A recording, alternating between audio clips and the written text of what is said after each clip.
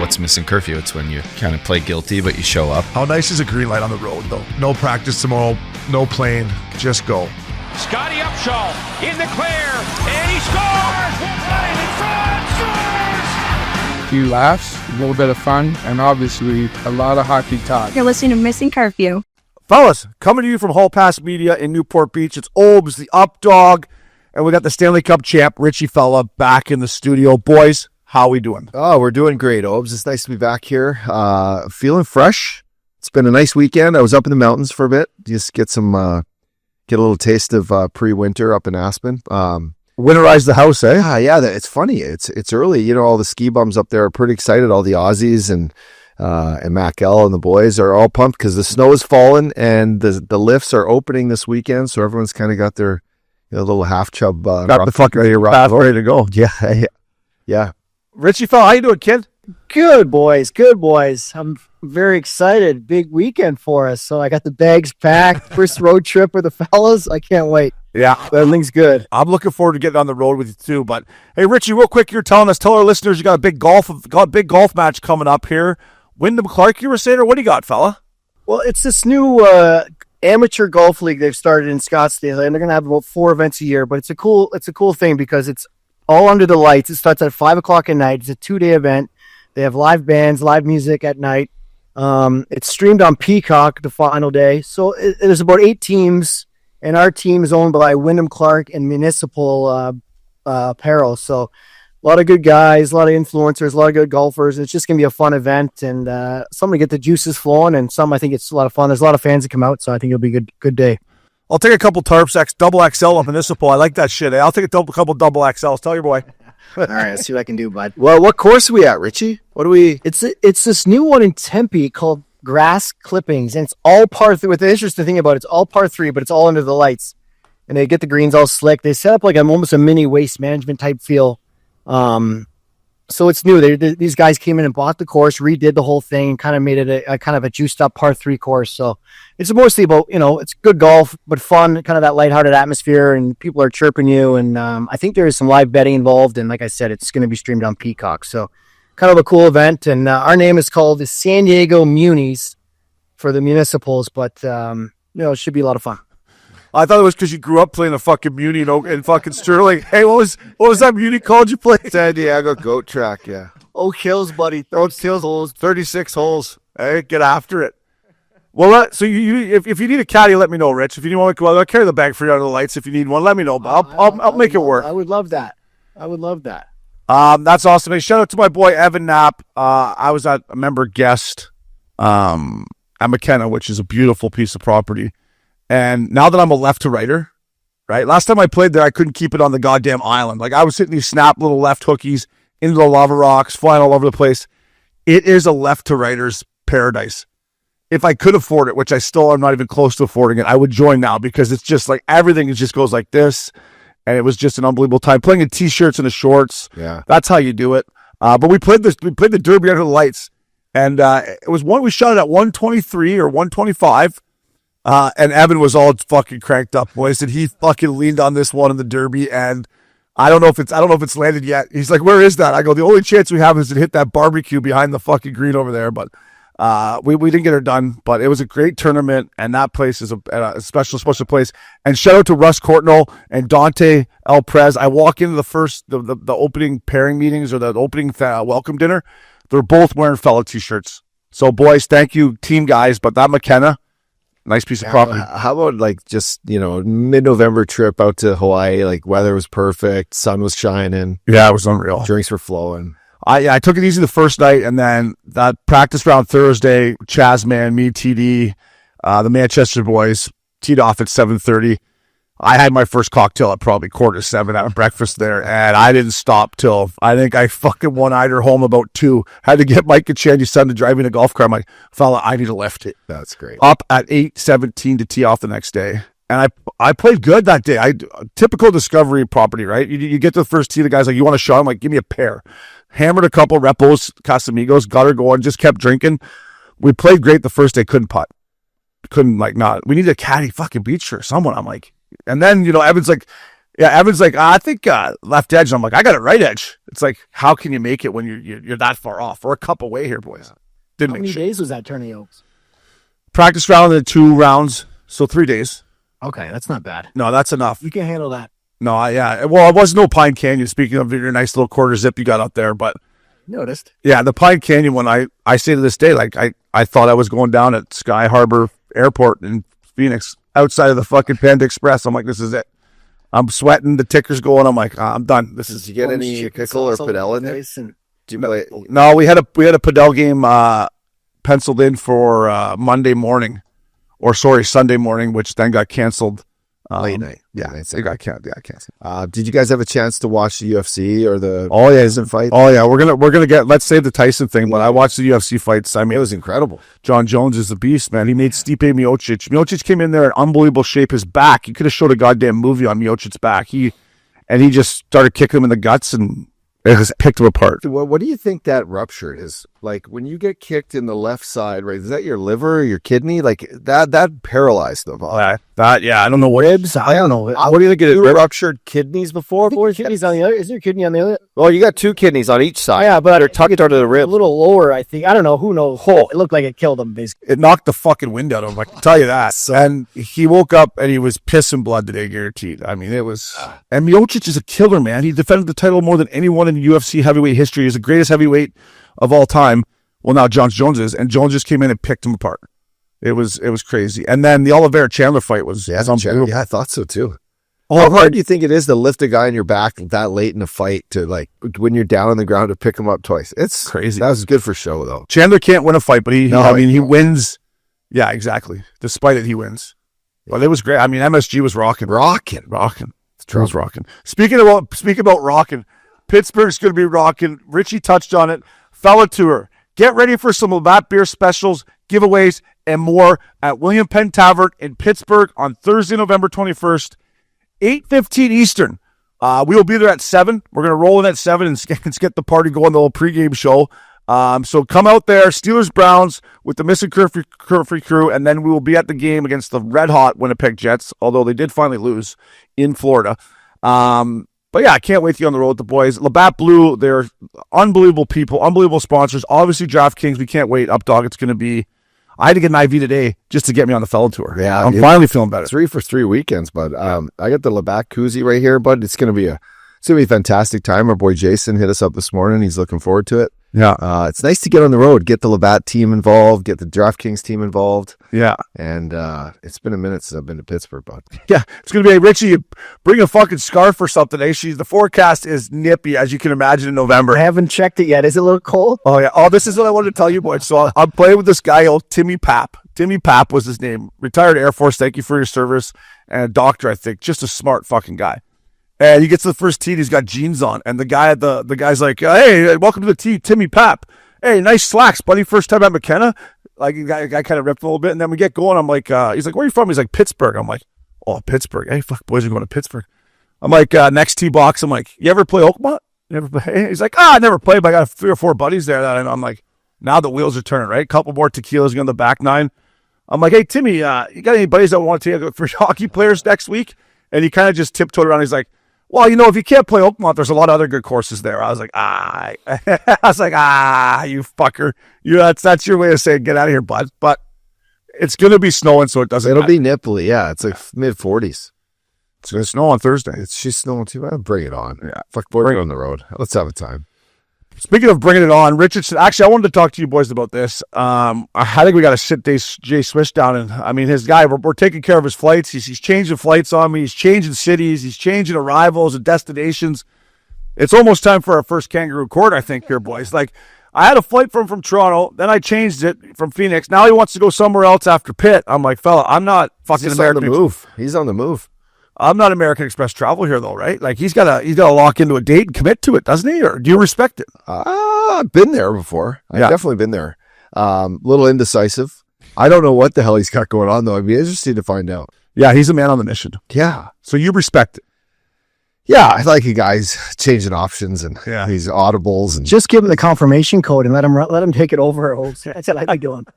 I'm just not giving him the MX number. That's what he's not getting his paws on. But he could have. I fire him every confirmation code he gets, so he can change it on his end, is what you're telling me. Yes, go let him do it. You know, if you're going to change it, maybe once, you give him the once, and then it's over, and then he's got to take it. We're going to have a little chat with him, boys, over a couple of Bat Blues, eh? We'll have a little chat with him. Speaking of J-Swish, how did your tennis match go with him, Richie? I saw you out there competing. I saw a group text that your feet were in one. How was it, fella? It was great. It's been years since I've been on the old hard court, but God, you know what? I don't run anymore. I got shin splints the next day. Obviously, my knees hurt, my wrists, my hands, pretty much everything you could think of hurt. But we had a great match. You beat me 6-4 in the first game, and then this next game I was up 3-1, and I couldn't even move anymore, so I had to call even though I was up. So I'll take the win on that one, but. We were going to play tomorrow, but I can't do it tomorrow morning. But we're going to have a little rematch. But he's good. He's got a nice little slice kind of backhand with lots of spin. So you kind of adjust your body, get around that ball. But it was great to get out there. He's a good dude and obviously hilarious. So we had such a good time. Well, buddy, he takes lessons. He goes at night and fucking. He does take lessons. So I haven't played in probably, I'm not joking, at least 5 years. So yeah. Once they get going again, I'll be all over him. You got any tennis lessons at Pine Canyon there, or what? You gotta get some. Got a nice tennis pro up there, but I haven't partake yet. But I might have to if we keep playing. Speaking in the tennis world, I read a letter today that Federer wrote to Nadal for retirement. It brought a tear to my eye. It was like it was a welcome to retirement from one guy to another. You know, they obviously battled their whole career together. Talked about the first time that Federer became number one. He went to Miami, and this guy with no sleeves came on and just absolutely tuned him. That guy being Nadal, and then going on to, I think, 14 French Opens, French Grand Slams, which is just insane. It's either 12 or 14. But, the tennis world, I don't know if it's ever going to be the same, not watching like Federer and Nadal. You talk about Swish's backhand. I mean, that Federer's backhand, one-handed backhand, was the best thing I think you could watch on live TV. It was amazing. It was buttery. It was effortless too. Fucking not a hair replace. So clutch. Those two guys were just so clutch at their prime. The way their bodies moved, the way they just hit the ball, it was just amazing to watch. Yeah, I just think you're a tennis guy, not me. But I think when I watch, the only one I really watch is U.S. Open from start to finish. I watch that, but I watch a little bit of Wimbledon. I just feel like any other sport, hockey, golf, they're all good now, and they all fucking rip it, and they all look the fucking same, and they're all just fucking. Nasty. Yeah. Nasty. No, they're all good now. The way they run now, and they all hit the ball harder than they used to. But back then it was only the fucking three hooligans. Yeah. Djokovic. They set the tone. They made tennis cool. The tone. Yeah. And then you mix in the odd Andy Murray or Andy Roddick would maybe sneak a major in, but that was it. I always thought Richardson looked like Andy Roddick. Andy Roddick? Did you ever get Andy Roddick, bud? You ever get Andy Roddick? I have heard that a few times, but might be the new haircut. Maybe. No, it is looking good, by the way. I just remember when Brooke Decker came onto the map, and she was in that movie with Adam Sandler, Just Go With Her or whatever, and she seen him walking out in that yellow bikini, and you're like, have an eye. Yeah, speaking of the bodies feeling, I'm back-to-back Monday nights with my boy. Is that Frankie's Broncos? Is that supposed to go to their house or what? Yeah, it's just to get the legs going, but I don't want to go out there in Aspen and get my ass kicked again. You guys beat us 8-2. It's gonna be a really more. You guys were just overmatched. Yeah, and I just felt last year like it's. I want to feel the puck a little bit like before I get out there again. Because it's a shit show, Richie. Richie, your job is to shut down Upshaw. I already got it circled on the fucking sheet. Stay on him and fucking make it miserable on him. So we were up 6-1 last night. We ended up winning 8-8 in a shootout. I snuck one in the shootout. What's you guys doing shootouts in men's? Yeah. Nice. The ice fuck. The boys are fucking out there having it, and then they all shotgun beers after. Any of a Bat Blue? Yeah, but the boy who bought the Bat Blues? This guy Sean. He's a beauty. He's a cop. He flew here like 160 miles an hour lives up in LA, gets to Great Park in like 25 minutes. Cop drinking and driving all the way home. It's perfect. Okay. Well, put the sirens on, mate. These are these beauties. They all shotgun beers after the whip. And they got this little key that like it's like a shotgun key. I've never seen it before, but it makes the proper hole with like a little air valve. It's nice. Yeah, it's nice actually. Yeah. I don't shotgun the beers. I have one and I take one for the road. Just Yeah. Just to keep. I'm surprised you don't bring a bottle of red wine in there with you. Fuck, keep it on the. I had a glass at dinner. I made a nice steak and put on the Monday nighter the first half. And it was nice time. Yeah, but fuck, my body's sore. I fucking bet. God, I bet. Listen, boys, last here on our little intro, some serious news. Kelly Chase, our boy, is back in another battle. You can go to the St. Louis Blues alumni and donate like Chaser. He's making it not about himself. He's going to shave his head again, and all the donations are going to something that the St. Louis Blues alumni is doing. So we donated from all of us at Missin Curfew. But listen, Chaser, we love you, buddy. I texted with him in typical Chaser fashion. Fuck, he said, bring it on. I've been here before, and we all know Chaser's good at fighting. So, Chaser, we're thinking about you. And if you want to donate, check it out, the St. Louis Blues Alumni Association up there. Yeah, absolutely, man. It sucks, and we're pulling for him, and we love him. We'll be right back at Missin Curfew. Welcome back to Missin Curfew. Oh, the Missin Curfew Dog of the Week. Oh, up dog. So I'm over in Maui. The game football started on Sunday at 8 a.m. Like, everything starts over there so fucking early. It's crazy. So I was trying to keep my eye on the league. I took Vegas Golden Knights at home, and the Caps fucking beat them. But Ovi had a fucking hat trick, and he scored one of the most beast dog empty netters. I thought about you because you're chirping about the empty netter. He takes this puck, he gets it, puts his big leg and big ass in front of this D-man, knocks him down, and just basically shoves it in the net. Got another one last night. So, Ovi, you're my Missin Curfew Dog of the Week. He's 27 back. And when I put this in the rundown last night, I did not know this. But up, dog, I know you want your boy Gretz to hang on to it. Ovi is now out week to week, and I saw the play, boys, and Richie jump in here too after up, dog. That side of the knee ups. It didn't look great, man. He hobbled off pretty bad. Yeah, it's not perfect, Richie. I don't know if you've seen the hit too. It didn't look too bad, right? Like it wasn't intentional. It wasn't anything. It was almost like he tripped him. I thought it might have been like a foot, but those knees, man, fucking a little tweak here and there. You got to sit down. And he's no spring chicken. He's 37 years old, right? 38? He's never really been hurt. No, he fucking missed only 40 games, I think. Years in the league. I mean, I saw it live, and the way his knee I saw his kind of knee buckle. I thought it was kind of like an MCL maybe, but who knows? I mean, he's a tough guy. I don't think he would have left, obviously, chasing a record if it's not something it's going to, it's pretty serious. But yeah, it's just unfortunate because, as you guys know with injuries, I had an MCL in Colorado. I'm on a 1-year ticket. And I'm just got to get back to line. Chris Stewart fell on my knee in St. Louis. Like, same kind of thing. Fell on it right there. I came back, too soon, but you play through it. Where I'm going with this is, like, even when he comes back, the chance of him, Richie, jumping back into the pace that he was on, let's say he's out 2 weeks. Then he comes back, and let's say it takes him another 2 weeks to get back to where he was going, or 3 weeks. So now we're at a month and a half, or whatever, of where this guy, he was on pace to break it by fucking February or March. Like, he was 27 away, and he was going, man. I mean, I think he lead the league in goals. Yeah, it sure is. So, I mean, when he heats up, I mean, there's nobody better. Obviously, it's pretty easy comment to make. But, I mean, I was just enjoying that, looked like old Ovi. It was crazy the way he was scoring, the pace he was. It looked like he had just enjoying the game. I hope he's back quick. Because, obviously, I think at this point, it's going to happen, obviously. So, I hope he comes back. You're right, though. He's definitely going to be a little probably slower the gates with that knee. And you're always, with a knee injury, and Uppy's had more than us, but you never really trust it when you get back. It takes you a second to kind of get your weight and feel confident getting hit and all that stuff. So, I mean, hopefully it's nothing serious because I think we're all enjoying the run he's on. No, it's one thing about the knees, boys. Like, when you got little chicken legs like me, little getaway sticks, the quads and hammies, look at the size of Ovechkin's legs. He's going to be fine. Like, his, a little tweak here and there, fix the swelling, get just some movement back to it. He's going to be fine. When you had the little legs like me, it wasn't perfect. Because Yeah. That's why ultimately the guys with the big legs, man, they don't get hurt. Like, their knees are protected by the big VMO and stuff. So I mean, he is hurt, but I feel like it's not going to be that long. It's just crazy the pace he was on, and who'd hope it up for the entire year. But it's just funny. There was that video that came out of him in the summertime with his tarp off over in Mother Russia, and he looked like fucking fella. If you can't tone it, tan it there, Ovi. And, he got off to an unbelievable start.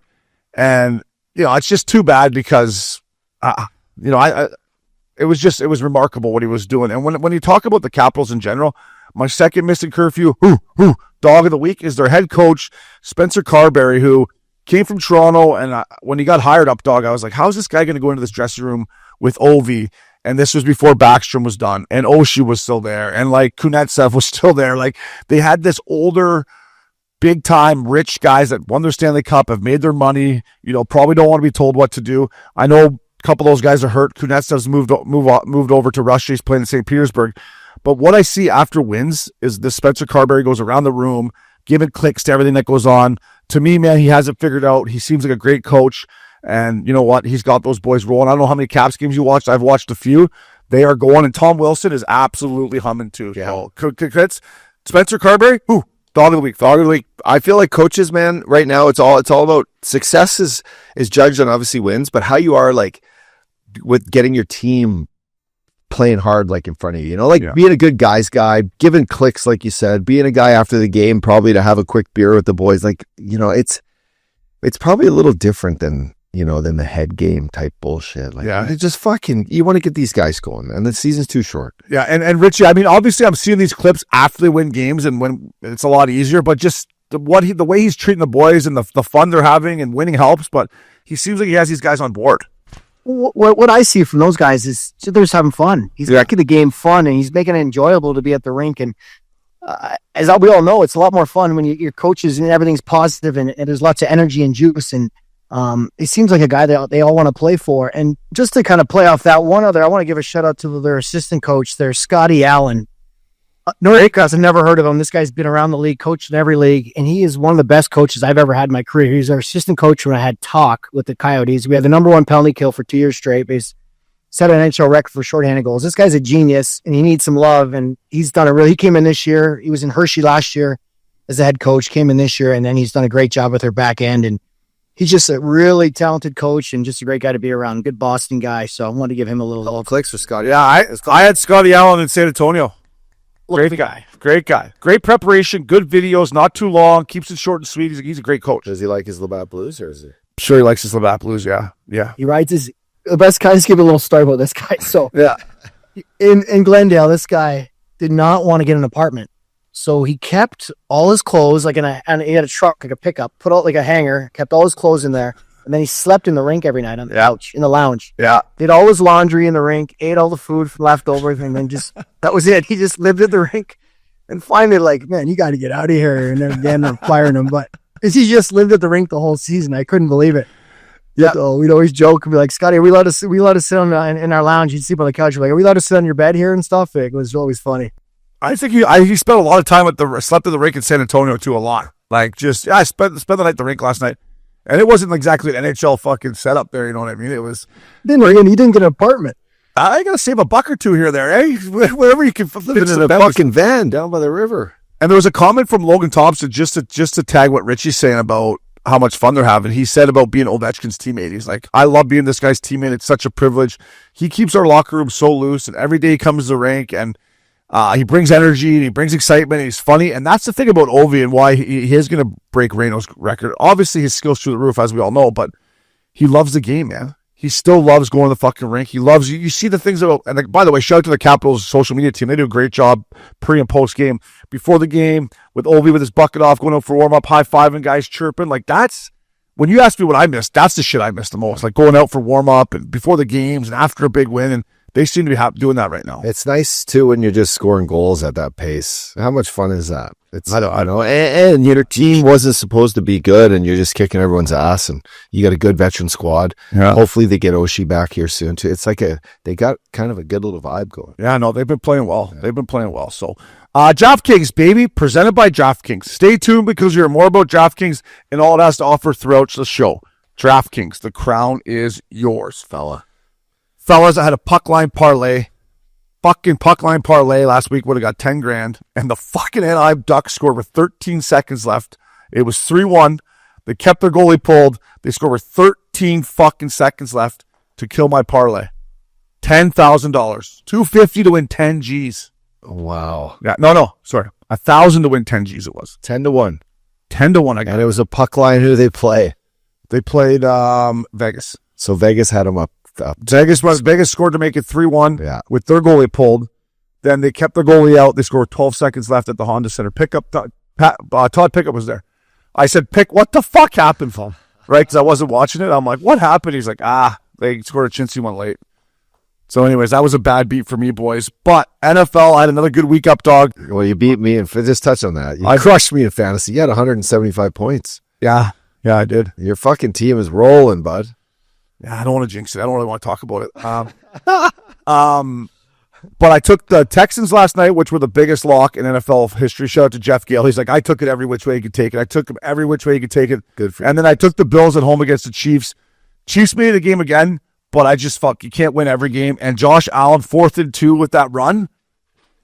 It's insane. That was nasty, boys. So I did all right. I've been pulling back on NFL because I'm getting fucking shit kicked in hockey so bad that I don't have enough money to bet NFL anymore. So I'm throwing her back, but I had a good week. Good job. Boys, I'm done betting the Jets. They absolutely suck. Fucking Aaron Rodgers just is completely, he's a letdown right now. So that was my big loss. I took Bengals. I took the Bengals, boys, but I had the Bengals over teaser. So I bought it up to 8 points. And what a game it ended up turning into be. It was a shit show Sunday nighter. They're down 24 to, was it 24? Do you think they let that kicker back on the team playing, or do you have to take a Southwest back? He's taking a Southwest, and he's usually been pretty good. I might have had him in my fantasy last year. Like he's not bad. And then, Can you believe their record? How good Joe Burrow's #1 in the league and everything. Yeah, everything. So did Jamar Chase. Everything. Can't win a game. They can't win a game. Pittsburgh beat the Ravens. Didn't score a touchdown. I had the Pittsburgh kicker. Unbelievable. He got me 30 points. The Steelers beat the Ravens. Didn't score a touchdown. Joe Burrow in the last 3 weeks has thrown over almost 400 yards with 3 or 4 TDs. Can't get a win. Crazy. sad. I like the NFL's better when the Bengals are good. Yeah. Like Joe Burrow's, when he's good and in big games, like it's fun football to watch.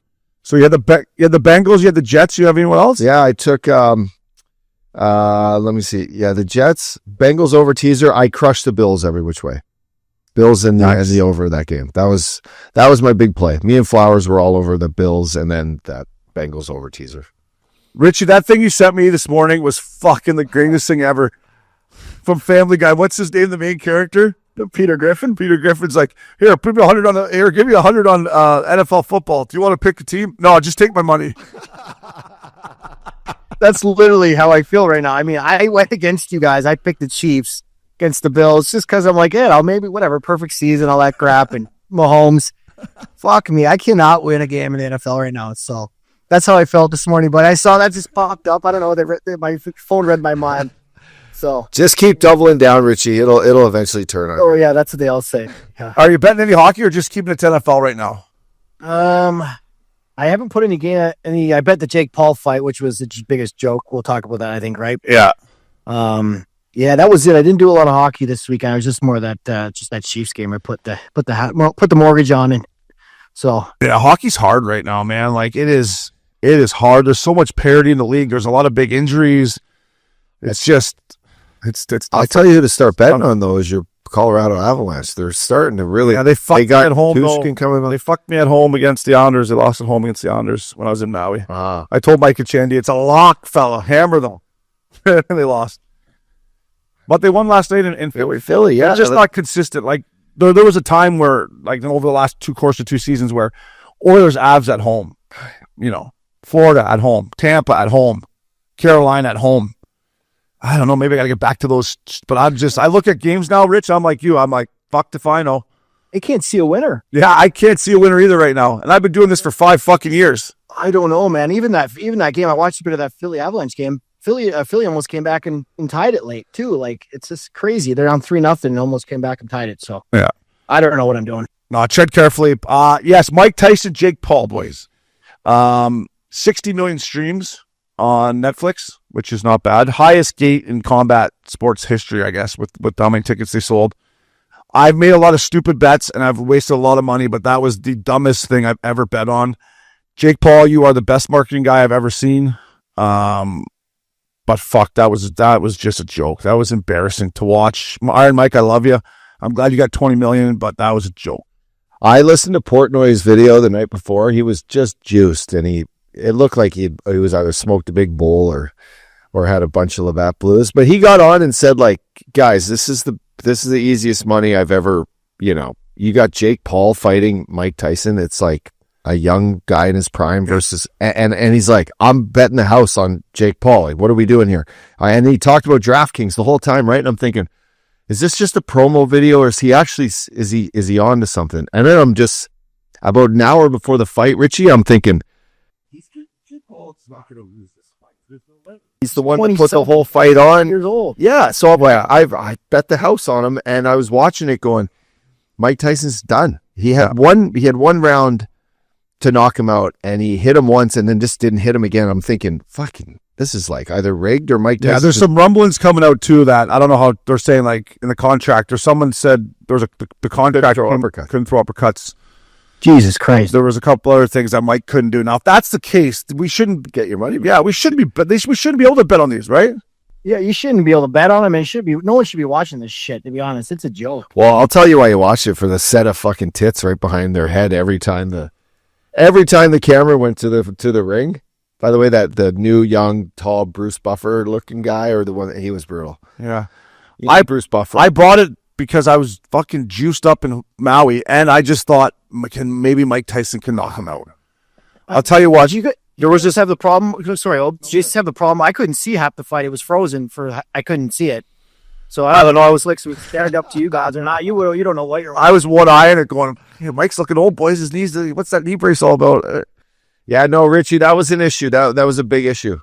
Like I read Antonio Brown streamed it live to his Instagram and had like 3 or 4 million people like on his Instagram watching it better than it was on the TV. But in saying that, Obi, to your point, you shouldn't be able to bet on that. Now, the girls' fight before it was war. What an absolute war. And that's where I'm like, man, boxing, the toll that boxing takes on your head is way worse than UFC. And I always thought UFC was worse until like you just watch, they just come into and they're just getting clocked in the head. And that girl was getting the head, but our other girl was dirty boxing. Dirty box. I had Taylor and all the other boys sitting there like, that's the only dirty box you like, Bob. I'm like, that's fine. It's a fight. Get in there. Get your fucking head in there. Like, fuck that. I wouldn't. They're like, oh, that's dirty. It's this. I'm like, it's a fight. Like, yeah. And she ended up winning. But that cut that she got in the head, but that was the worst cut. I never want fights to stop because of cuts ever. That one I was like, you should maybe throw the towel on. Like, it was this big. It was awful, eh, Rich? Yeah, that was bad. Yeah, I mean, that was the best fight of the night, probably. I mean, yeah, good on Jake Paul, but it's just like, I mean, he's a marketing genius, man. Yeah. He's an absolute marketing genius. But he's got some guys, what's this guy's name? I'm going to fuck it up. This big, I can't remember his name, but he tweeted out to him, hey, you want to try me on here, bud? I'll try you. And then Canelo, if I'm Canelo, I step up and I say, let's go, kid. Let's go, Paul. I don't care. The same weight? Or no, Jake Paul weighed in at 227 against Iron Mike. But no, I'm sure. I think Paul put on a lot of weight for that fight. Yeah. But I think some big time boxers got to come in and knock this kid out. Like now he's just making a mockery. If he had Mike Tyson out there fucking and made him look like some boxing guys got to be like, fuck this kid, I'm knocking him out. And Canelo, that's got to be you, or this other guy who I can't remember his name. They also had Holyfield came out and said he wants to fight Tyson now. Like it's just a jerk. We want to see 2 60-year-olds fight. He saw how much money he got. I know that's why, but. I wasted a lot of money on bets. That one is right up there with it. Iron Mike, still love you, fella. You know what Iron Mike needed after that fight up, dog? He needed Labatt Blue. Presented by Labatt Blue Light, the pristine Pilsner. Enjoy your beers together so you can live life to the power of we. Always enjoy responsibly. Beer, Labatt USA in Buffalo, New York. Oh, we're going to have some Labatt Blues. Boys are going to slide down. Speaking of a guy who deserves Labatt Blue, Connor McDavid, 1,000 points in 659 games. Connor, congratulations. Woo! My question to you guys, only other guy to get over 2,000 points ever is 99. Does McDavid get to over 2,000? 100%. You said it here, seen it here. I think he's in his prime now. You're not going to get him, unless there's a big major injury. The first couple of years where he got, 60 points, 70 points, 80 points, this guy's going to click at an astronomical number. I think he's only getting better, Richie, for the next 5-6 years, personally. Who knows? Can he get a 200-point season? That's what I want to know. Can he get a 200 points? Yeah. I don't know about 200, but I agree with you totally up with that. There's no way he's going to get 2,000 as long as he doesn't have any major injuries. This guy's too good, and he's just the ultimate player, and it's just, like I said, way too good. So I think 2,000 is easily obtainable for him. Fuck, did he put it through old Cole Caulfield's triangle last night there coming around? He picked it up around here, through his triangle, back door to whoever it was, and it just rolled over the guy's sticker. It was just one of the sickest apples you've ever seen. But yeah, I'm with you guys. I can't see him not getting 2,000 points. And when you think of it, we all know how good he is. But when you talk about, there's only one other guy in the history of the game that we love to ever get over 2,000. That's the greatest player ever. that sums it up. So, Connor, congratulations. My old teammate, Eric Johnson, worst fucking Super Bowl player I've ever played with, but he'd come out there and still play the games, but got his 1,000th NHL game. EJ, congratulations, buddy. Fun guy. Always had a good smile on his face at the rink. Landy made the flight to Philadelphia to, be there for him, which I thought was good. So to him, get yourself a Labatt Blue. Andre Vasilevsky, 300 wins, boys. Unbelievable milestone. And this guy, it's been a couple years since they've won their cups, but when you think of them going back to back and going to finals, when you wanted a good big time goalie, this was him up top. Well, yeah, the stat where he wins the next game after losing a playoff game is incredible. That's something you don't ever hear of. Keep this on the goalie train, boys. I'd like to give a Labatt Blue to Carl Vegemalka. He's the backup for Utah. He went out there against the Carolina Hurricanes last week and absolutely stood on his head. I think he let in 1 goal and 55 shots. Lefty, he's the big lefty. He's so big. Yeah, he's good. Played unbelievable, had the fans in Utah on their feet, and just shout out to Ryan Smith, the Utah Hockey Club, first-class organization. Love what they're doing there. It's a great building, great barn, and that was a big-time win for those boys, beating the Carolina Hurricanes like that. Yeah, but you teed me right up. I was like, get the Carolina Hurricanes a blue, except for that game right there. No, they played great. 13-4, 8-2 in their last 10. I watched this team play, boys. Fuck me, are they good? But Kyle, if you could jump in here, you're a Hurricanes fan. I'm still not drinking the Kool-Aid. I still don't think, although from the eye test, boys, they're besides the Winnipeg Jets, they're the best team that I've seen play this year. But can the Carolina Hurricanes, Rich, we'll go to you first. Can the Carolina Hurricanes, do they have the team to get over the hump, buddy? I cheer for them. I love my boy Jordan Martinook. I love the way they play. They play that fast in your face, just tempo, pace. But I've played these guys in the playoffs before. I've watched them a lot. Sometimes that pace later in the year is tough to keep up with. They're a little too aggressive at times when the game's in hand. And when they're up 2-1 or 3-1, they don't have to be. They play man-on-man, which I don't love at times.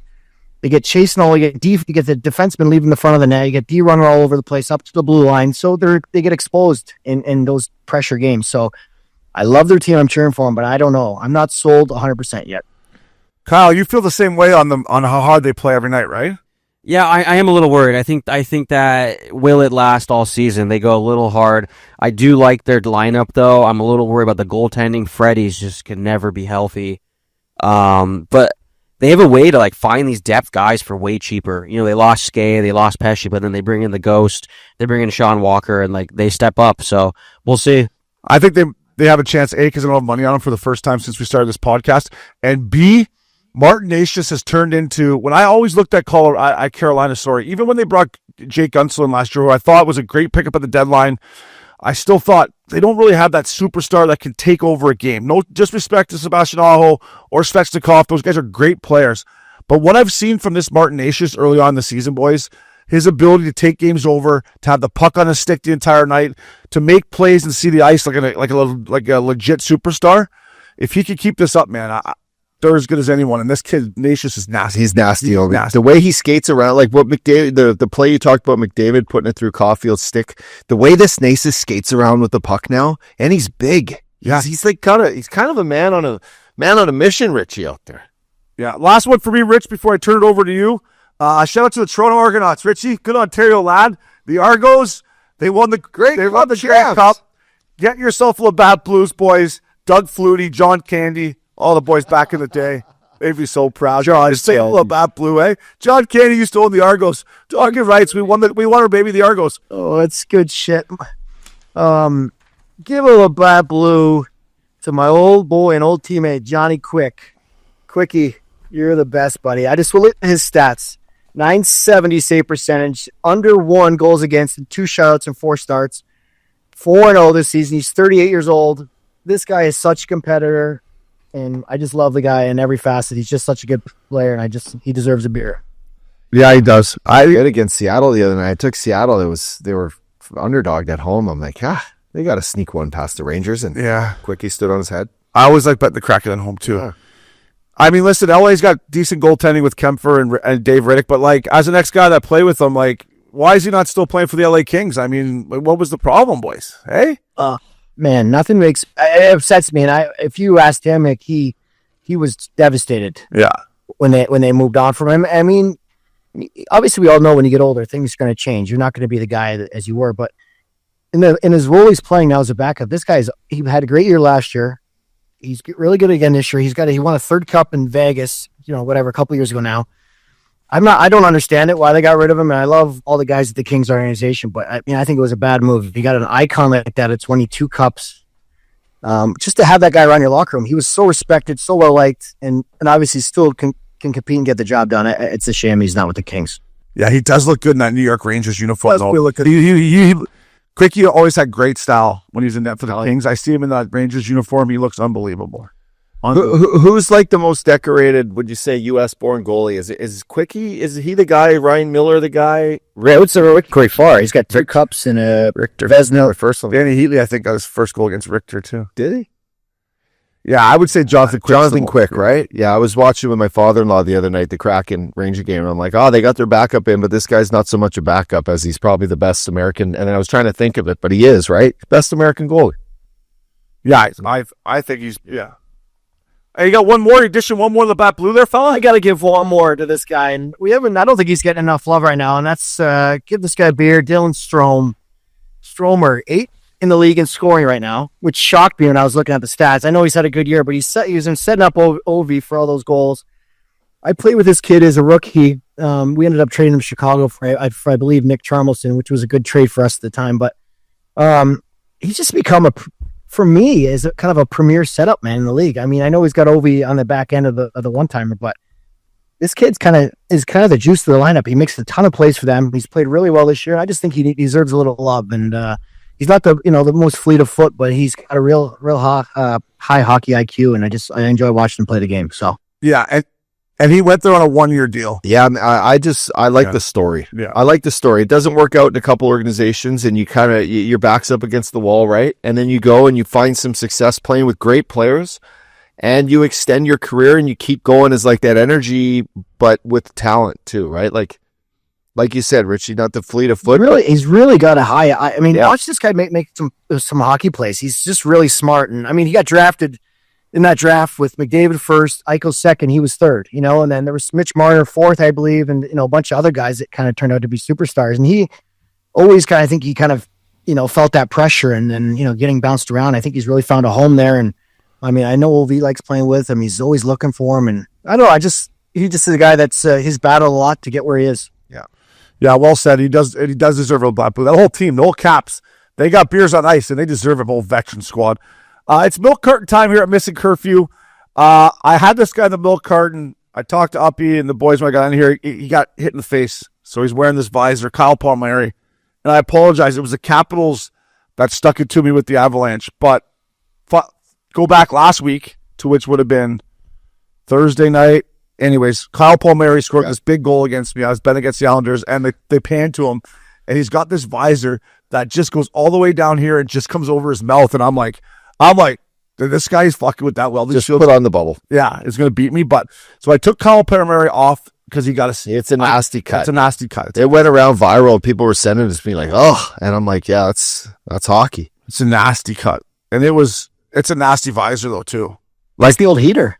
No, it's even deeper than heaters. It's even deeper than heaters. Sorry. So this is what it was. It was the Islanders-Oilers, where I had another puck line parlay that night, and the Oilers were up 4-2 with 7 minutes left, and they came back storming up to win in overtime. But that's where I saw Palmieri's visor for the first time. And I know it was a bad cut, and I know I haven't played hockey a long time, but I don't think I'm throwing one on like that for that cut. Am I? Or how bad was it? No, you're not. No. Was it awful? I'll answer that. It was awful. Okay. But I still think you're not. And you took a good one in the chin in playoffs in Portland, but you're still a guy that's so fucking. It was just a zinger in the. He fucking cost me my parlay, and then I'm like, I look up, he's got this fucking welding shield on him. I think it was Anders Lee cost you your parlay. He scored the two late ones. Yeah. Palmieri scored to make it tied up early to make it 2-2, and that's when I put him on the milk carton. And the Oilers went up 4-2, and Anders Lee. I know. We're going to talk about Darnell Nurse, but what he was doing on this fucking pulled goalie 5-on-6 against the Islanders, he's laying down on the ice, and they just give it to Lee, and Lee's in the slot standing by himself, and Nurse is laying down there. I'm like, fucking stand up. What are you laying down for? Just fucking hold the front of the net, you jeez. He's a youngest player in the league for a reason. Yeah. So Kyle Palmieri, I apologize, buddy. Yeah, he's off the milk cart. Updog took you off the milk cart because you got a tough cut. Listen, this kid, I've been trying not to put him on the milk carton for the entire season, right? Because I like him. Z, I like you. I think I think you're probably killing it off the ice. I think your life off the ice I'm jealous. Your life on the ice is milk carton time. I'm putting Trevor Zegras on a milk carton. He's got 2 goals and 2 assists. And the real reason I threw him on the milk carton is Princey put out a video. And listen, if you went over our career or my career, I can't speak for you guys. There was times I probably walked on the ice, in March, in the year in Colorado, I'm sure you could have caught me. But it was October or November, and you're already walking out on the ice with that body language. He needs to change the scenery. I hope this gets him going. I hope it's a milk carton curfew bump for him. But I got to put him on him there, hot dog, because 2 goals, 2 assists. Well, what does Pat Verbeek do with this kid? I think the time to really evaluate a move for him is gone and past. Now you're stuck with a situation that just doesn't work. Richie, you were in an organization before that has to make some decisions with management and players. Like, is this something that is there a right answer to this? Can this be fixed, or is this going to end up just being really ugly? To be honest, I don't know. It's tough one, Uppy, because you don't want to trade the guy because his value's so low, right? You don't want to see him go to another team and he pops on another team and you look like a bunch of idiots, right? Because obviously there's a lot of talent there. But for me, I've never loved Trevor Zegras' hockey game. I think he's this perimeter showboat, and I wouldn't want him on my team, but there is talent there, and you never want to let a guy go when a young player that has that much talent and he goes and pops and scores 30 goals in another team. But on the other hand of that, other teams are going, what's wrong with this guy? They're watching the same shit we're watching. This has practice fight written all over it. Yeah, it does. Someone on his team. I'd honestly send him down, but dishing stint or something, and get his game going. Kiefer Sheward chirped him when they played against Vancouver the other night. I love that Kiefer Sheward. He was like, the camera came to him. He's like, you're going to be in the fucking minors next week. He's like, you're going down. And Zegras was like, fuck you, or whatever. What would happen if he's playing in Philadelphia right now, or New York, or like Toronto, or somewhere where it would be a bloodbath every day? They would be all over him. Headlines, what the fuck is going on? I don't hang around with him nearly enough to really understand how he ticks, what makes him tick, to understand kind of the player inside the person. But man, if he keeps it up, it's going to be ugly. He might not have a job in a couple of years. Your reputation amongst he'll be playing in Zurich is where we play. Yeah, it's just I hope we're all wrong. This is a case of him getting called up and being in the NHL too young, too early. Well, it says you just looked at the other young. He's an NHL player yet, to be honest, and he's been in the league for 4 years. I shouldn't be questioning anyone's off-season workouts because I probably wasn't ever going to win the fitness test, or I never did. I just haven't seen him got any bigger or faster or stronger, or he looks the same to me as he did when he came into the league. Like when he skates, he looks. And you can work on skating. I had to work on mine to stay in the league. You can work on your foot speed. You work on your first step. You can get bigger. To me, he hasn't got any bigger or stronger or faster, and people know how to play him now, I think. It's a very one-dimensional style of game that he needs to fix, because once you have the opportunity to be a superstar, and he's been given that for 3 years now it's okay, what do you got for me? Yeah, I can't play on the top 2 lines. You're definitely not a third or fourth line guy, right? You're not going to be effective there. You've proven that you're not an energy guy that can penalty kill or take the body. You see it all too often, boys. I think he needs to really look in the mirror and take a chance. That's a good point by you, Rich, because I'm trying to look at it from Pat Verbeek's perspective, right? If he was going to trade him, he probably should have traded him. He should have traded him 2 years ago. 2 years ago, you could have got probably a first rounder or whatever you wanted for Z. And now, Richie, because you're right, he does have he has stuff you can't teach players: vision, hands, skill, stuff you can't teach. So Verbeek's probably if I trade this kid for a fucking 4th round pick, and he ends up turning into be a point of guy player for whoever in the Eastern Conference, that's probably because other than that, what's Verbeek waiting for? It's not working. It's fucking not working. He's got 4 fucking points. Spend anything for him. He'd angle him out there. No one wants to give him a price for him. They don't want to even give him a 2nd rounder for him. So yeah, you don't want to take a 5th rounder for a guy that could do that. So listen, boys, 2 years ago, look, Ducks lose Getzlaf, but what they had was this young Zegras that was in the All-Star game that was doing blindfolded shootout moves and getting people on their selling jerseys. A young face in the NHL. you can't really move that in a market like this. You want that here. Now you're like, fuck, I'm looking for players to win games with because our team needs that. And I'm hoping that he can be the answer. He's making $4 million and I got him for 2 more years. It's like, I don't know what the answer is there, but you probably, now it's going to be, they trade for someone that's not working, like, when the Patrick Laine stuff and the, Pierre-Luc Dubois, when that sort of deal was going on, right? Like, it doesn't work here, it doesn't work there, let's move them. See that's the situation that Verbeek's going to have to find. Yeah. No, I mean, I agree with you. Just, one last point for me here. When you look at, we all been in the league, but these young guys get a lot of chances, right? So, but then you start drafting other guys. They just drafted Leo Carlson. He's going to be a hell of a player. They just got that Gauthier kid. These guys are taking his spot in the lineup, right? So there's nowhere for him to go right now. So he's losing his spot and going, filtering down the lineup and probably out of the lineup at this point. But so I agree with you, but they're going to have to find someone that's underperforming another team and just do a swap and cut your losses and go from there. That's the only way it probably happens. Yeah, Z, I hope you prove us wrong, buddy. It's a curfew bump, bud. Just fucking look in the mirror, fella. Prove us wrong, fella. Shout out to Graham Dillette. Graham Dillette reached out to me. He said, Obes, I got something for the milk carton. I said, fella, fire away. He's choked, boys. He's fucking choked about these blackout NHL games. He wanted me to put the NHL, Gary Bettman, and whoever else on these blackout games. So Graham Dillette, there you go, buddy. The NHL's on the milk carton. Have you guys been hearing any rumblings about these blackout games? I did see his tweet, and then he's like, this is a joke. And I said, well, maybe up in Montana, you jump in the car with the little guy and make your way down to Utah. I go, Utah, man, it's a great place to go watch a hockey game. And, they want fans they want fans like Graham Dillette down there. So anyway, I had an answer. You pushing for a job in Utah or what? I tweeted at him the day he was all rattled. I was like, buddy, I know it's a joke. It shouldn't be like that. I don't know what's going on with the blackouts here, boys. Is it rolling blackouts? Fucking blackouts? Well, I have a problem with this too because we're speaking of Utah, so I don't know what happens. I can't get the Utah games in Arizona. Yeah. That's because they're pissed off. Well, Vegas is our home team now in Arizona instead of the Utah team. So I go to put on the Utah game and it's all blacked out. So I'm feeling Dillette's pain on this one. Yeah, I mean, I don't think any game should ever be blacked out anywhere. Why? Why black out anything for any reason? It's because the local markets pay to put on their, their bush league performance. They're fudge packing. I don't know. No, I mean, there are some great local, the Seattle Kraken, Johnny Forsland, great, does calls it great. Yeah. Great. Yeah, thing. So you don't want to lose that local flair, but I mean, Gillette has everything. He's got ESPN Plus. He says, I got all the streaming services. I still can't get some of these games that he's looking for. Well, boys, I wanted to talk to you about that. Speaking of streaming, last night, I watched the Montreal Edmonton game pretty much start to finish, but, it was a Monday night, Amazon Prime, Canada Hockey. They got our boy Forsland on there. They've had Jody Shelley was on there. I think he does a great job.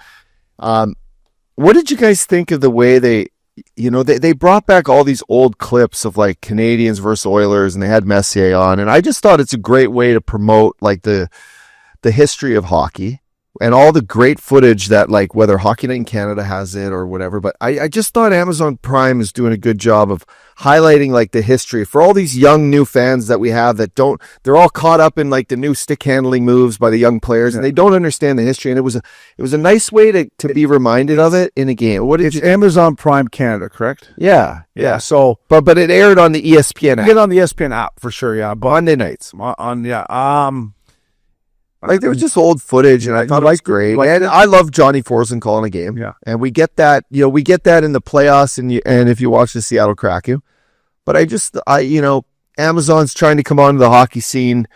I'm not entirely sure that the whole panel works, but I think that, there's a great opportunity to be different and to put more of a national game on TV. Like, I hope the Monday night games that they have are something that can bring back the history of maybe the two teams that play or some of the old players that are there. Because, like, if I'm watching it with my kids and they see all this old footage and guys talking, it's more than just the hockey game itself. It's a little bit of the history to it. I like that. Anyway. Yeah. And I think for that, I'll be there.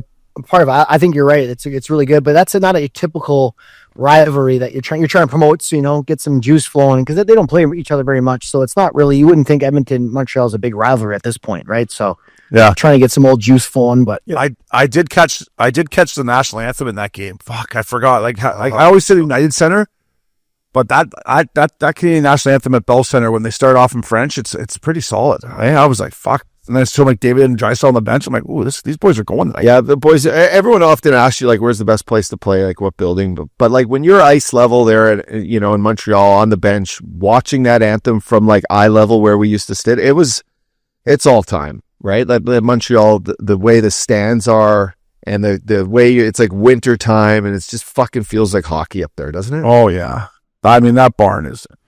Grab yourself a hot dog after and head right to Bonanote, eh? Let's go, boys. Let's go, boy. Jay Paris, how are you? Straight to Bonanote. What do you want? Old fashioned? I'll give you old fashioned. What do you want, bud? Graham Dillette, we feel your pain. I would say no blackouts ever. No blackout. If the guy wants to watch a hockey game, let him watch a hockey game. So that was the milk carton. It is the Missin Curfew hot seat, boys. And apparently, last night when I put this guy on it, I was onto something because he has been fired this morning. Uppy's boy, Jim Montgomery, who I think Monty's a good guy. I've only met him through you. He has been relieved of his duties by the Boston Bruins. And get this, boys. Interim head coach, Joe Sacco. Coffee breath himself. Worst coffee breath in the league. Worst suits in the league. I don't think Joe Sacco's the... Like, why would you fire Monty? I thought they're going to hire somebody. I thought they're going to bring in somebody, like, new and try to make it pop. This is interim, right? Interim. Yeah. Interim. Yeah, I mean, boys, I'm not much of like a Boston Bruin kind of historian here the last 10 years, but like, is it time? Like this, is the Don Sweeney era over? Is like Cam Neely still the guy calling the shots? Like, I know their owner is a big voice in all of our lockouts. Yeah, he was. But like, is this something that needs to change from top down? Because like Jim Montgomery, is it the voice? Is it the coach that's the issue? They went out and made two big signings, and Iciest Lindholm, who actually proved me wrong last year in Vancouver when he played in the playoffs because they thought he played hard. But I mean, he's having a terrible year. He's got 9 points in 20 games, -2. I watched him play again last night. I watched the Bruins play a lot because I picked him to win the fucking Eastern Conference. Sadora. They look slow. Lindholm looks awful. Their depth down the middle is still shit, and Pasternak and Marchand are having off years. Like Pasta's got 17 and 20, Marshy's got 13 and 20. That's not their, Pasternak's had 100 points the last fucking, he's got 8 goals. So, and then I want to just say this, like, we were talking about Swayman, and everyone's like, oh, it'll get done. And we, I said on this podcast, and I think you guys agree with me, you got to be in training camp. He misses training camp, hasn't been playing great.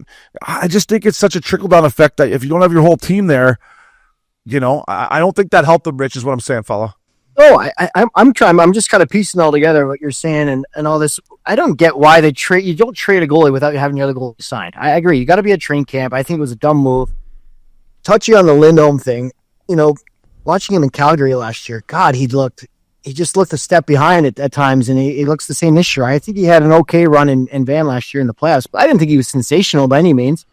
He gets a huge ticket, and he just doesn't. He's just not playing good. So I don't know if it's Sweeney, like you said, Uppy, or it's just a coaching change. Who knows? But there's. Yeah, boys, it's like, think of this. 2 years ago, they basically have a perfect regular season. Yeah. And they get worked in the first round. No, there was something to be said for, and they almost fucking pissed away another 3-1 lead this year to the Leafs. So there was some kind of concern there if you're Sweeney and Cam Neely, like, every time we get in the playoffs. Yeah. Listen, this team to me, though, that's why I'm surprised about an intern bringing in Sacco. Like, I thought they would have went out and got, you mentioned Joel Quinville in our team text. That would have been like someone to get these boys going because their payroll, they're still trying to win a Stanley Cup. I know. Why just let Sacco come in and start calling the shots? And they're like 3 months ago, they were in playoffs. They were in the talks of like getting a Leon Draisaitl if he became a free agent, right? Like there was like Boston. Oh, they're gonna, we lose Krejci, Bergeron, but don't worry, we're gonna go out and make a splash. Like, well, we'll probably get Draisaitl. That was every Boston Brewer fan thought they were getting Leon Draisaitl if he didn't sign in Edmonton. And now you're firing a coach. You put Leon Draisaitl on this team, Monty's not getting fucking fired. I'll tell you that. Oh, no kidding. Because then you bump down Zaka and Lindholm, and you go Draisaitl, Zaka, Lindholm, and now you got a Stanley Cup parade down to the fucking river in Boston. The fact that's why I was like, Draisaitl, you could go anywhere you want, and they're gonna win a Stanley Cup, not just because you and McDavid are fucking best buddies. Yeah, This team needs a Leon Draisaitl. Is there back in two big Obes? Is his backhand too big? No, is Boston's back end, like their defensemen, are they too big and not mobile enough? Because they're fucking huge. Yeah, they do look slow. And Lindholm's out right now, but yeah.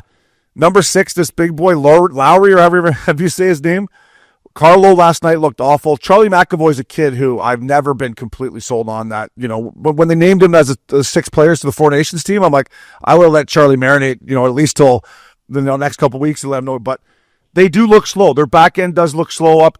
And Zadorov, he doesn't have a goal yet, which I know they didn't bring him in their score, but he hasn't been probably as good as they thought. But when I watch them play, yeah, Rich, their back end, they could use a little more speed back there. But that's why I think if they get in, that's why I picked them, because if they get in, then that lack of mobility on the back end, it kind of goes away in playoff time a little bit, right? You want size and big boys, Rich? Yeah, no, you do. And there's just something missing there, like something on that back end. I don't know what it is, but I do agree. If they can turn this around and get in, they'll be tough to play against for sure. Yeah, Monty, all the best, buddy. Updog, I know you liked him when your PTO in Dallas. He seemed like a great guy. Just coaches are hired to get fired. So it's rumor mill time here at Missin Curfew, and we're going to parlay this into the hot seat. The Boston Bruins have been asking about Zegras, and then also Kyle put in here, he wants to know a good landing spot for Frank Vatrano and Cam Fowler. I think Frank Vatrano is an unbelievable fit for Boston. I know he's a winger, but another thing when I watch Boston play, they're having a hard time scoring goals in games that I have watched. You know, right now you got Morgan Geekie playing with Pasternak. Geekie's a nice player. You get Frank Vatrano up there on the top line with Zaka and Pasternak, and you can move Geekie down to your third line with Coyle and Frederick. Now you got some more balance, boys. So to me, do you think Zegras would be a good fit? And how do you feel about my Frankie Vatrano to the Boston Bruins? Yeah, I mean, I just often think the Oilers could use so much help if they could make it work, and those two guys would be an incredible asset to like a team like Edmonton. I just don't know who they would have to trade to get. Yeah. Like Fowler, his time's up here, boys. But I always said, like, get him outside his comfort zone and show him on a bigger platform. I think he's still a pretty solid player. Obes, like Cam Fowler, he still has game left. Fuck yeah. And he eats minutes and he's solid. He skates well. He doesn't get tired. But he's been stuck here for 12, 13 years. I'll tell you where Cam Fowler goes. He packs up his he's probably got an electric car, right? I'm assuming he's a go green type of guy. Plug in your fucking car that you got, Cam. Throw your gear and you just go up the Highway 5 to the LA Kings. I think he would be a great fit for the LA Kings. I mean, you look at their back end. I know Doughty's hurt, but just like, I don't know if the Ducks would ever trade him to the Kings, but when I was looking at this team, they could lose on the back end. They could use a little more guys. I know they got Spence and that Brant Clark, but I think Fowler would fit in nice there, Rich. Yeah. I don't exactly know where you'd slot in with the Kings, but I know what you're saying. I do agree, but I mean, for me, I think I just said at Boston, get a puck mover. There you go. Yeah, guy can skate. Yeah. What other teams? And when we first started talking about Cam, also I thought the Oilers, although the Oilers I think need a right-handed shot D-man, but there's lots of teams out there that would take Cam Fowler. You know what I mean? Like a guy that can still move the puck, can still skate, has played big minutes. Not Vancouver. Can Vancouver take Vatrano? Fuck, they could use a little. Vancouver, Fort Talks, they're in one. Now that JT Miller's gone, you would love him. Yeah. Yeah. But Vatrano's from Boston. Isn't he a fucking Boston guy? He looks like a Boston guy. He looks like a New Yorker. He might be a New York guy. I think he's New York. Yeah, I know he's something over there. That's probably he's something over for there. Moon Socket. Cam Fowler to the LA Kings. I'm texting Stoley and Greener right now. Make that happen, boys. Rumor mill. This is my rumor. Four Nations Cup, I believe, is going to be announced at the start of December. It is. My boy Weegsy. Weegsy, baby. Should be the 7th defenseman starting. Just starting. We'll see if he can, how the tournament plays. But you got to give Weegsy some love. He's playing for a Canadian team. And for me, it's his ability to play the right side and the left side. Can play power play, can kill penalties, can block shots. So to me, yes, I'm biased because I love him. But boys, I want Weegsy baby on the Four Nations Cup. And we'll see him at our party after the game. Obi. Not to mention, he had an incredible World Championships this year. He's a guy that's wore the jersey. He knows what it's all about. You're right. He's playing in Canadian City. He's playing a lot of minutes, and Calgary's been somewhat of a shocking surprise. So I think he deserves a shot. I think he deserves it. Well done. Yeah. What do you think about Weegsy, baby, Rich? I got no problem with him being on that squad. I mean, if I'm this guy, just pull up their projected roster and just looking at some names here real quick. But Evan Bouchard, I'd probably take Weegsy over Evan Bouchard right now. Right now, yeah. Right now, just because I want that competitiveness. You know what I mean? Fucking Bouchard, man. Competitiveness is the word. He doesn't fucking compete out there. He was on for the OT winner. Now, granted, it was a great shot by Marner on Saturday night that beat Skinner. Low glove, I think low blocker, it was. But his body reaction ever, like, it's just Evan Bouchard. He's like, it looks like Mr. Burns with his shoulders rolled in. He's just like, no emotion. Like, no compete out of that guy, huh? Uppy loves him, but. I think he's out to lunch, boys. I think it looks like he smokes like a half chipper before each period. He goes out there. I mean, if the game was that easy for us, it'd be fun to play. But at the same time, like, I played like a kamikaze style. Richie, you played like always on the right side of the puck and we're fucking aggressive, and that's how nose over the dot. But like, yeah, nose over the dot. Big nose. But nose over the dot, baby. But listen, if he played like that high intensity, like give a shit game, he probably wouldn't be as good. And that sucks to say because you expect him to just give a little extra. But like his toe drags on the blue line, his patience, is the fact that he can play on the power play with McDavid. Like, not everyone can do that. You're going to get fucking, but man, he makes some big mistakes. It costs his team. On the bottom, I play with McDavid though. Campbell Carter McDavid. I think he could probably figure it out. Oh, yeah. No, as far as Four Nations Cup, we're just evaluating Evan Bouchard as a person and player right now, and we have to question it a lot. Yeah. What really gets me going, because I still been betting the Oilers. I've been betting them. When he gets on that power play and doesn't shoot, I'm like, fuck, you were on there for one reason. Lean on it, motherfucker. Like, lean on it. Don't be looking to, I know it's hard when 97-12, I'm sure you want to give it to them, but when he shoots it, their power play is even more. I will say this, is learning a little bit, and Teddy being, Teddy Purcell, shout out, being a good buddy, knowing the Adam Oates thing. When you're a D-man on a good power play, if you get shots blocked, that's the worst thing of all time, right? You're done. So when you have McDavid and Draisaitl on each half wall, you better not ever get a shot blocked, because those two guys are the best in the world, and they will set up a guy for an open net if you just give him the puck. So that's like, I get it. Yeah. Sometimes you do that, but if he gets the shot blocked and it goes down the zone, he's not doing his job, because he's eventually going to get a one-timer with no one blocking it. Well, all he's got to do is get that puck back up before the guy with the broken foot gets off the ice. Yes, when that boost bomb hits you, you're right. Oh, it's broken it's something, eh, Rich? Yeah, I wouldn't want to block that one. I mean, I have blocked it. He can pound it as hard as anyone can in the league. So, I mean, I'm not uppy. You made some great points there. You never want to take a guy's, take his hands and his brain away from an offensive guy. But, yeah, there's times he's just got to dig in a bit more for this team to get over the hump. But that's it. It would never touch his offensive abilities, but just a little bit more dig in a couple times here and there. Practice fight again. Someone's got to grab him in practice. Practice fights. Look at Bertuzzo. Bertuzzo gets to the practice fight with the St. Louis Blues to go and win the Stanley Cup. Yeah. Practice fight is the answer sometimes, boys. And that guy, someone at home can't grab him. Who can grab him? Pears. We'll grab him. Just grab him and fight him, Pears. I think you get him going. But Jager, boys, presented by Jagermeister. Best served at 0 degrees Fahrenheit. Damn, that's cold. Check Jagermeister out at www.draftkingsxjagermeister.com. Cheers, bud. Cheers, Rich. That's nice. Tasty. Boys, I got 2 Jager Iciest shots tonight here. Go back to last week. Sorry, boys, I know it was last week. I talked about my puck line parlay. Also had a money line parlay. So when the Islanders tied it up, I went from thought I was going to win both of them to now if they lose, I'm in one. So Leon Draisaitl, his OT winner against the New York Islanders. The Islanders get caught out there, boys, on a long shift. They can't get off the ice. Over comes 97-29. They're tired. McDavid and Draisaitl. He went short side spinky like this, bar down, game over. Damn, that's cold. And Sidney Crosby's shootout winner against the San Jose Sharks. Pull and drag, posting in. Damn, that's cold. Those are the iciest shots tonight up top. I love it, buddy. I just want to add one, boys. And this isn't from the NHL. This is coming over from the KHL.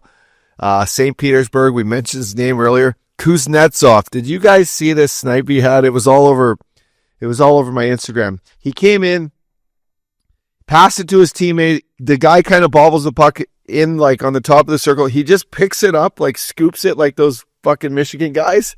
And then he has it on his stick and he just fires like. And he just gave it one of these. Yeah, he just fired one up over the goalie's shoulder from the top circle. Yeah, it's nasty. It was nasty, huh? That Selly's so nasty. Yeah, that was incredible. So, wow. I hope he's enjoying himself over there in St. Petersburg. I'm sure he is, city. I'm sure he is. What a city. Both those ones you put on there, all three of them were fantastic goals. But the one I love was Draisaitl. This is that guy's so slick. I just love watching him play the game. That was just bar down. I mean, those poor Islanders got cut out there. They were just gassed and overcome 97-29. I'm like, I turned to Mac Miller. I go, this is over right now. It was a bink, bink, bink. Thank God. When those two guys get on the ice in overtime, and those three, Bouchard, McDavid, and Draisaitl on the ice, it's over. Like they play half the overtime, and they are so good. Yeah. It's funny you say that. Sometimes I watch them, and near the end of the game, if it's tied or whatever, they almost wait for, like, they just play to get to OT, and then they realize they're going to just take it over. It's almost not fair. Well, I would say the chance of them scoring in overtime is very, very high. So you might start betting that every time they're going overtime. But take the Oilers. That's very good. There you go. There you go, bud. Jagermeister, damn, that's cold, boys. Back up the Brinks truck. Beep, beep, beep, beep. Back her up here. And this is something Connor McDavid his ears pucker up. His ears go up when he hears about this. The salary cap is going to go up to at least $92.5 million next year. And I heard it could go up $9 million more than that. So right around, it could get to $100 million next year. And then after that, it's going to continue to go up and up. We're past COVID, thank God. But listen, boys, this is great for Connor McDavid and anybody that plays this game. We need the cap to go up. But if you're McDavid right now and you're seeing this, I just thought you got to be just licking your chops for a little, $20 million a year, 25. What's he going to get, boys? What do you think, Rich? It's over 20. Yeah. Yeah, especially if the cap is continuing going to go up. And that's what they see, that the cap is going to be well over $100 million in the next 2 years. And he's got 2 years left after this year or 1 year? 1 year. He's got 1 year left after this year, yeah.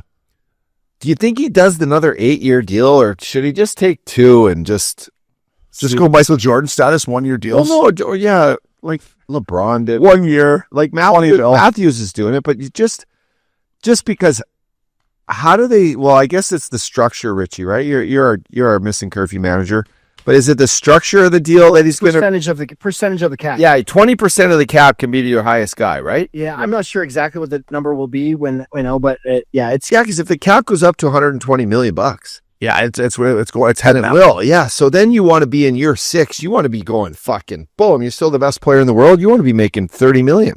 I don't think he's going to take an 8-year deal. I think he's going to take 4. Yeah. Yeah. Booyah. And Jaisaitl's going to look at him and be like, really? You're going to leave me here for 4 more years to be taken? Leon, bro. I hope it works out. Let's go, Oil. Come on, boy. I hope you get your cups up there, fellas. But it's good for hockey. Thank you to the fans for watching, and that's why the revenue continues to go up. And I bet you it kills Bettman every time it goes up. He's probably like, we really got to raise it that high. Yeah. Gary, it's time to move. It's time to league minimum up a bit for the boy. Yeah, bump it up. What is league minimum nowadays? Hey, can they pay for our insurance when we leave the game? How about that? Hey, come on, boys. Yeah, that should be non-negotiable. It should be non-negotiable. Yeah, well, I can't breathe out of my fucking beak. At least you have to get that fixed. Let's just do our next segment on how big of a joke. Let's do our next segment on how big of a joke it is. The NHL doesn't pay for guys' insurance when they leave the game. League minimum $775. Yeah, that's the same for the last fucking 12 years. That's the thing. Yeah. League minimum when I was in the league was $575. But easily. $575.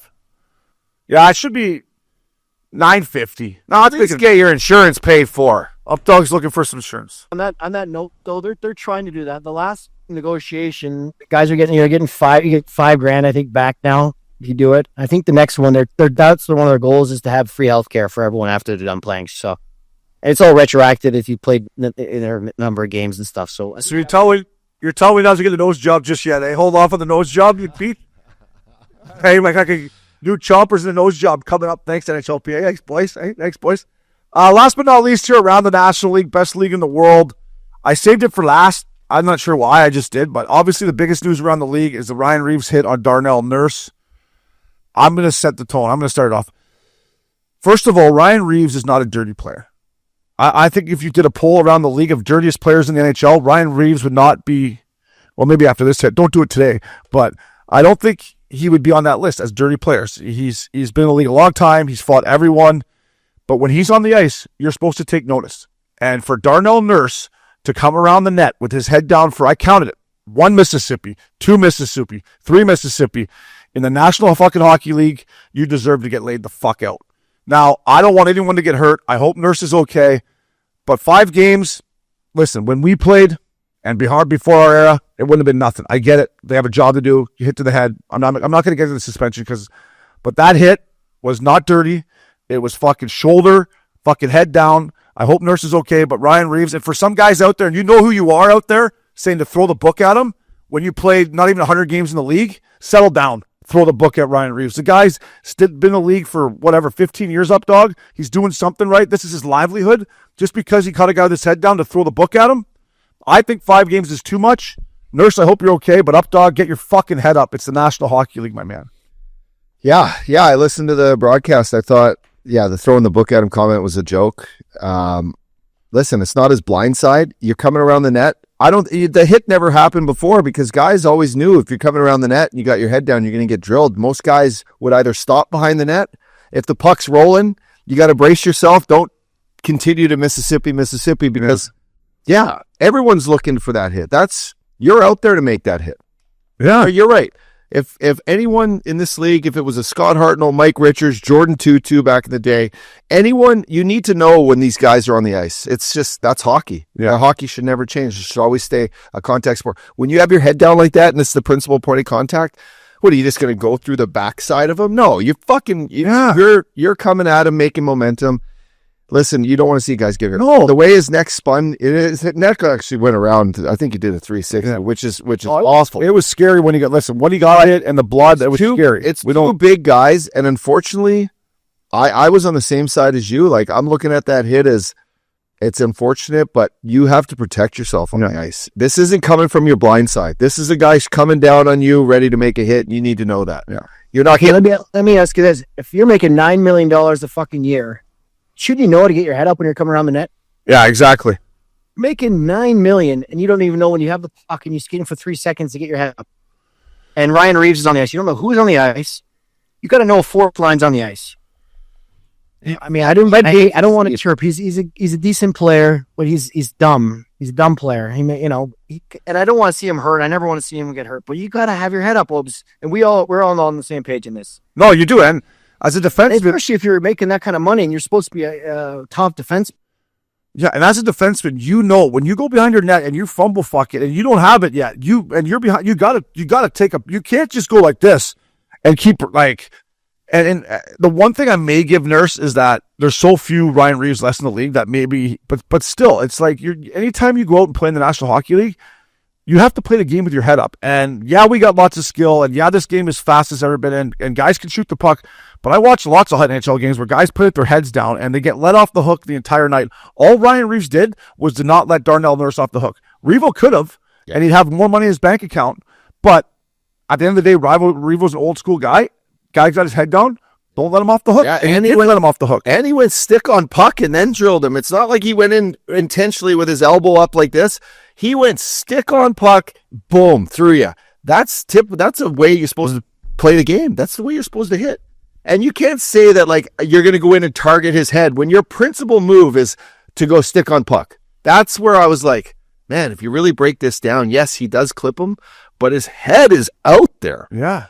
And you're going stick on puck first. To me, that was when I was like, wow. What's he supposed to do? Not touch him? What's he supposed to do? Just let it go? And no, you can't do that.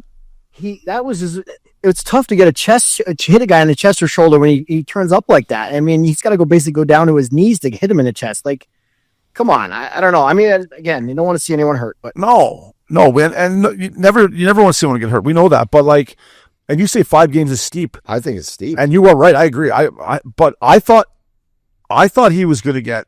I thought they were going to try to make it like I don't know, 10. I thought they were going to do something. I'm glad if it was an elbow, yeah. I'm glad, but and if he didn't go stick on puck, if he just went into that like just aiming like this the whole way in, okay. But that was a hockey play, and it was like a fast hockey play, and you just hate the blood and it looked bad. Like if Nurse just gets hit and comes up and is like, holy shit, I got rocked.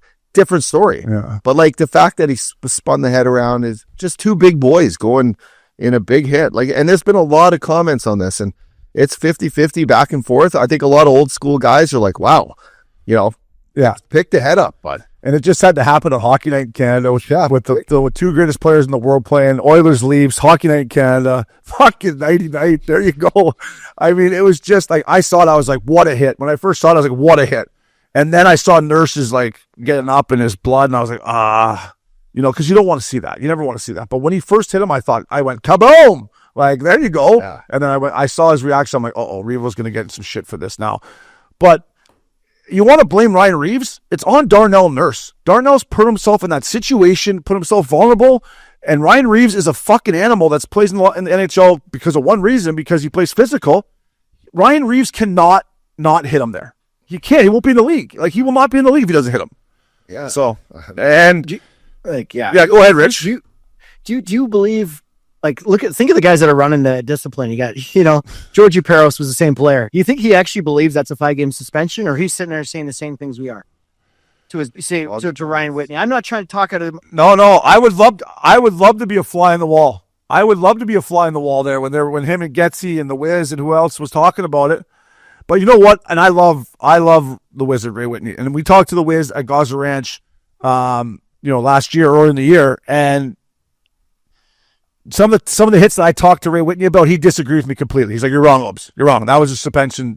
So I think, I don't want to use the word brainwash because that's not the right word, but the way they look at it, their criterias of what the NHL has told them, this is that, to them, that's how they judge it off. It's not about what they think as players. They look at it as, okay, this is what the NHL has said. If this happens, it's this. That's how they look at it, I think. Yeah, no, there's a checklist. It's a repeat offender. Is the principal point of contact ahead. Is this a retaliation call in the game play? There's like a full bunch of check marks. And then it's like, whether or not the media is all over it, it all plays a factor. It would be stupid. I thought he was going to get more than that, boys. When I saw 5, I went, he's lucky. And I don't think it, if you ask me, I don't think it should have been a suspension at all. But I realized he was going to get suspended in this day and age. But I thought 5 was, I thought it was going to be 10 or 15 or something stupid. I thought just because it happened in Toronto to Darnell Nurse, there's already lots of, he gets criticized a lot already. And I don't know. I just thought they could really make an example to Revo. So I think 5 is, I bet you Revo was kind of happy. But Nurse, I hope you get all right. I hope you feel better, buddy. It's nothing personal towards you. To young defensemen out there, you go behind that net, 1.5 seconds, you don't have the puck, you got to check either shoulder. You cannot continue on or bad stuff is going to happen. Boys, I've been holding my piss since the 45-minute mark because I didn't want to lose the flow of it. So that's a team guy. We're 82 minutes in, 45 in. That's a trip up to LA, bud. Yeah, because I got the IV, right? So I was like, I knew coming in, I'm like, oh, yeah. No, but 45 minutes, so I just didn't want to ruin the flow of the theme for the boys, For the boys, so. Richie, can't wait to see you, buddy. Great job. Up dog, you the man. Max Pickup, Kyle Conway, Hall Pass Media. Boys, pack your toiletry kits. We're heading on the road. That was Missin Curfew. Fellas.